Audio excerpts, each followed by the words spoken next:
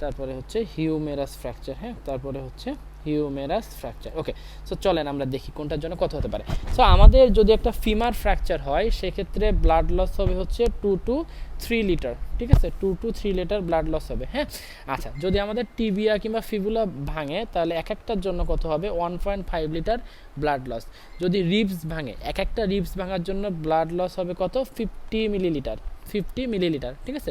যদি পেলভিক বোন ভাঙে ফ্র্যাকচার হবে আপনার ব্লাড লস হবে হচ্ছে 2 to 3 লিটার। এবং যদি হিউমেরাস ভাঙে তাহলে হচ্ছে আমাদের কত 1 থেকে 1.5 লিটার ব্লাড লস হবে, ঠিক আছে, ব্লাড লস হবে। এছাড়া আরও কিছু ইম্পর্টেন্ট কথা আছে, ভাইটাল অর্গান যেগুলো, যেরকম হচ্ছে আমাদের লিভার কিংবা আমাদের কিডনি, হ্যাঁ, এই ক্ষেত্রে এখানে যদি ইনজুরি হয় তাহলে সেক্ষেত্রে কি হবে, সেই ক্ষেত্রে আমাদের যেটা হবে সেটা হচ্ছে এক্সেসিভ ব্লাড লস, ঠিক আছে।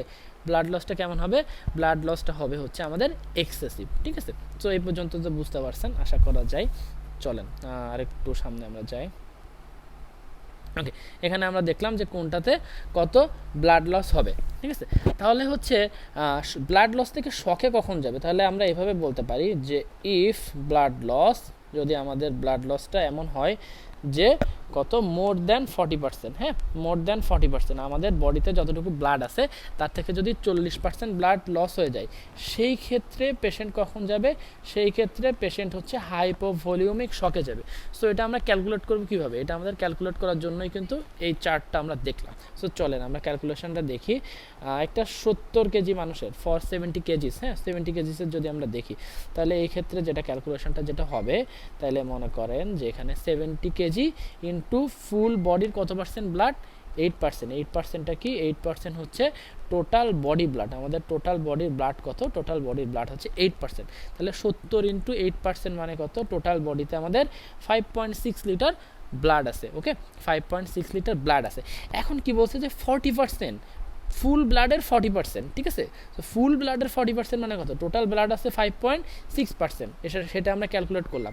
তাহলে এই ক্যালকুলেশনটা কেমন হবে, ক্যালকুলেশন যেটা হবে সেটা হচ্ছে 5.6 লিটার ইন্টু 40% ব্লাড লস, ঠিক আছে। তাহলে 5.62 into 40% blood loss, that means কত, দ্যাট মিনস 2.24 লিটার। তাহলে একজন 70 কেজি মানুষের যদি 2.24 লিটার ব্লাড যদি হচ্ছে লস হয়, সেক্ষেত্রে পেশেন্ট আপনার হাইপোভলিউমিক শকে যাইতে পারে। এটা আপনাকে মাথায় রাখতে হবে, ঠিক আছে, এটা আপনাকে মাথায় রাখতে হবে। সো আরও একটা হচ্ছে, আমরা তো এই কোনটা কোন বোন ফ্র্যাকচার হলে কতটুকু হতে পারে এটা দিয়ে একটা মেজারমেন্টে আমরা যেতে পারি।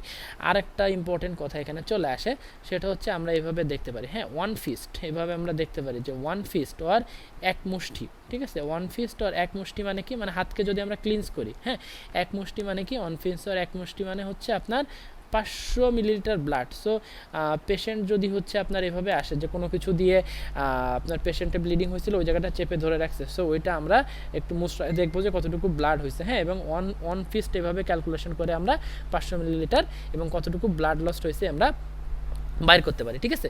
সো এইভাবে আমরা বাইর করব যে পেশেন্টের কতটুকু ব্লাড লস হয়েছে। এবং আরেকবার বলি চলেন যে শকের ফিচার কি কি আছে। তো শকের ফিচারের মধ্যে যেটা, সেটা হচ্ছে পালস থাকবে কত, সেটা হচ্ছে আমাদের পালস থাকবে কত, পালস থাকবে হচ্ছে more than 100 beat per minute, pulse থাকবে হচ্ছে more than 100 beat per minute. Okay, এবং হচ্ছে আমাদের ট্যাকিপনিয়া থাকবে, মানে রেসপিরেটরি রেট বাড়বে। রেসপিরেটরি রেট কত থাকবে, 20 থেকে 30 ব্রিথ পার মিনিট, হ্যাঁ, 30 ব্রিথ পার মিনিট।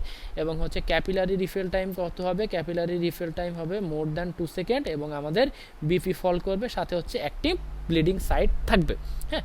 সো এগুলো থাকলে আমরা কি বুঝবো যে পেশেন্ট শকের দিকে যাচ্ছে। ওকে, পেশেন্ট শকের দিকে যাচ্ছে। ওকে।